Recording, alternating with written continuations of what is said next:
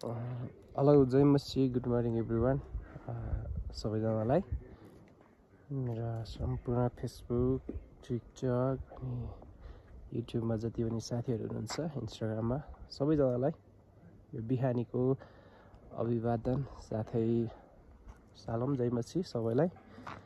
अहिलेको समयमा चाहिँ यो बिहानी चाहिँ हामी मुस्ताङको लेते भन्ने ठाउँमा छौँ र यो हिमाल साँच्चै चकिला एकदमै सुन्दर छ। यहाँको दृश्य है एकदमै चकिलो चकिलो हिमालहरू छ। यहाँको दृश्य एकदमै सुन्दर छ साँच्चै नै। यो हामी भजन सङ्ग्रहको 95तिर हेर्ने हो भने 1 देखि 6 सम्म हेर्दै जाने हो भने हामी पाउँदछौँ कि पहाडका उच्च स्थानहरू चाहिँ उहाँले नै रच्नुभयो। त्यति मात्र नभएर सुक्खा भूमिहरू पनि उहाँले नै रच्नुभयो। त्यति मात्र नभइकन चाहिँ है समुद्रका गहिरा स्थानहरू पनि परमेश्वरले नै रच्नुभएको कुराहरू हामीलाई थाहा छ। हामीलाई परमेश्वरको जीवित वचनमा हामी त्यो कुराहरू पाउँदछौँ।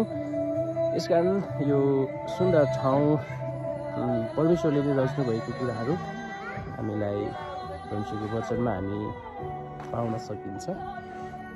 है परमेश्वरको सृष्टि साँच्चै नै सुन्दर छ। है यो मानिसले बनाएर बनिने चिज होइन।